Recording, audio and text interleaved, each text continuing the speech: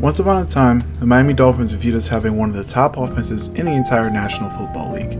The accuracy of quarterback Tua Tagovailoa paired with the speed of wide receivers Tyreek Hill and Jalen Waddle made for some of the most explosive and exciting plays to watch.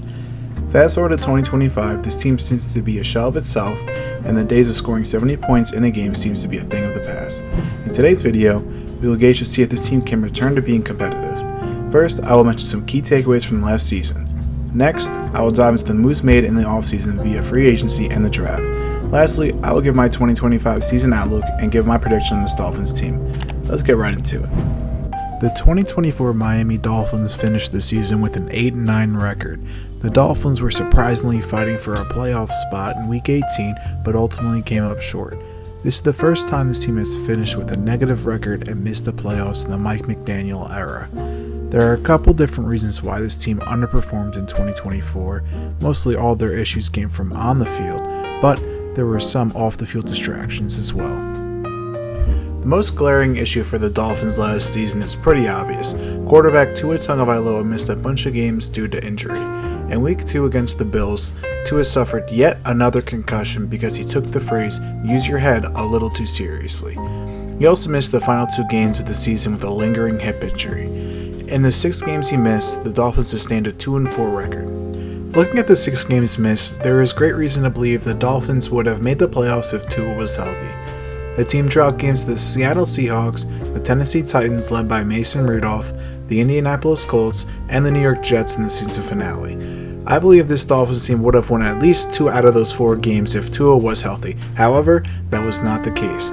Poor quarterback play was a huge reason why the Dolphins were underwhelming last season. Having Skylar Thompson, Tim Boyle, and Tyler Huntley play significant snaps at quarterback is not a good recipe for any franchise that wants to win. Another factor for the disappointing season the Dolphins had was the offensive line play. This team's offensive line was abysmal. Sharp rankings had this offensive line ranked 25th in the league. The offensive line also had 31 holding calls against them, which was the most of any team. This poor offensive line play was reflected in the Dolphins' run game. 28% of the Dolphins' run plays led to either no gain or a loss, which was the highest rate in the entire NFL since 2017. This forced Miami to abandon their run game in 2024, opting for short screen plays to replace their run game. As a reminder, just 2 seasons ago, this Dolphins team led the league in yards per carry, but dropped all the way to 28th in the league in 2024. Overall, this team failed to perform in 2024 due to injuries highlighted by quarterback Tua Tagovailoa and abysmal offensive line play. Now, let's take a look at the offseason moves made by the Dolphins. Due to the huge contracts by Tua, Tyreek Hill, Jalen Ramsey, and Jalen Waddle, this team did not have much money to spend in free agency. Initially, this team was over the salary cap by $23 million, but was able to rework contracts and have around $15 million to spend. However, this amount of money was not enough for Miami to re-sign key players that were free agents. The most notable player that was up for contract was safety Javon Holland. The former second-round pick out of Oregon was a productive player throughout his tenure as a Dolphin. Despite regressing in 2024, Holland is still, at worst, one of the better safeties in the league. Holland signed a 3-year, $45 million contract with the Giants. Another key player that the Dolphins lost in free agency was defensive end Calais Campbell.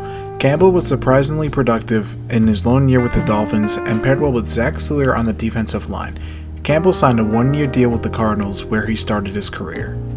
The last big name Miami lost in the offseason was left tackle Teron Armstead. Despite battling many injuries in his tenure with Miami, Armstead was still, by far, the best offensive lineman on the team since signing in 2022. After multiple Pro Bowl selections, Armstead decided to retire at the age of 33. Because of these departures, Miami had even more holes in their lineup. With only $15 million to spend in free agency, this team did not have a lot of room to upgrade their roster. Let's see how they did. James Daniels was the biggest move made in free agency for the Dolphins. The former second-round pick for the Bears and the Steelers signed a 3-year, $24 million contract with Miami. Although being a solid interior offensive lineman, Daniels sustained an Achilles tear in Week 4 last season that kept him out for the rest of the year.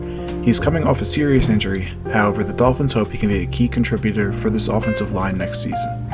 Outside of James Daniels, Miami decided to use the rest of their salary cap on value players. Some notable signings were Ifeatu Melifonwu, a safety from Detroit, Ashton Davis, a safety from the Jets, and Nick Westbrook-Ikhine, a wide receiver from the Titans. Here are some other notable names as well. Oh, and Zach Wilson.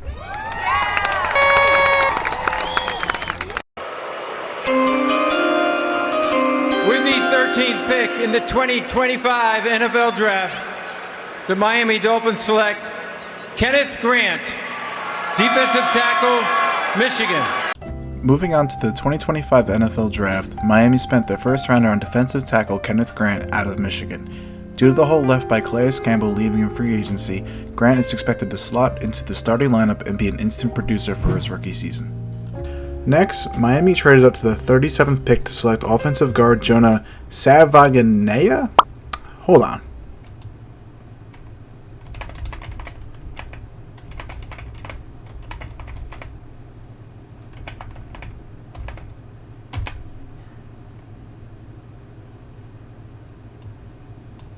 Okay, yeah, Jonah Savaganea from University of Arizona.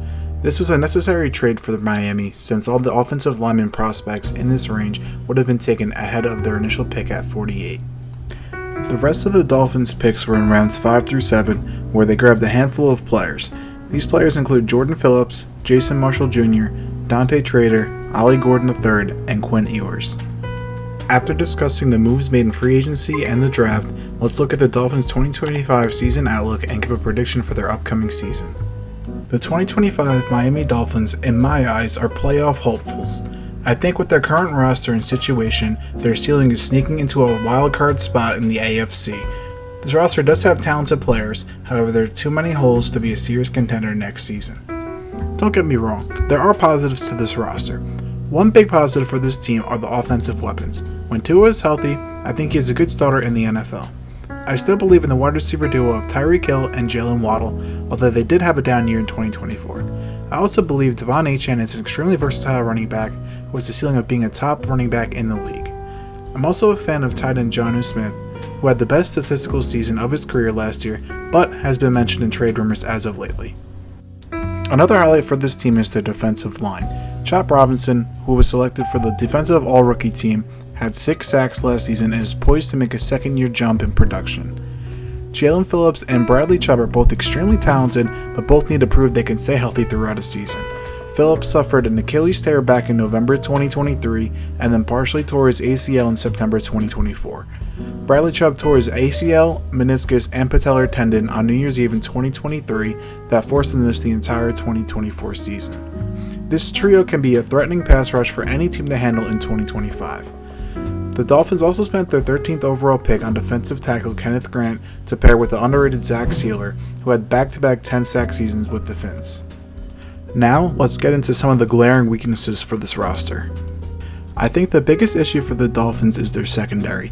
With Jalen Ramsey almost certainly getting traded, the cornerback room for this team consists of Kader Kohou, Cam Smith, and Storm Duck. The safety room is not much better either.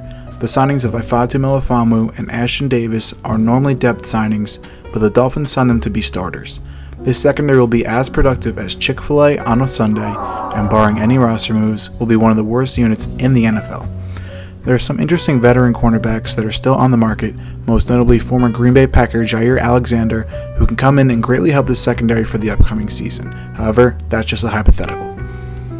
The offensive line is also one huge question mark. The Dolphins are relying on Patrick Paul to fill the hole that was left by Teron Armstead, who retired in the offseason, a rookie in Jonah Savaganea, and James Daniels, who is coming off an Achilles tear last season, to start on the offensive line.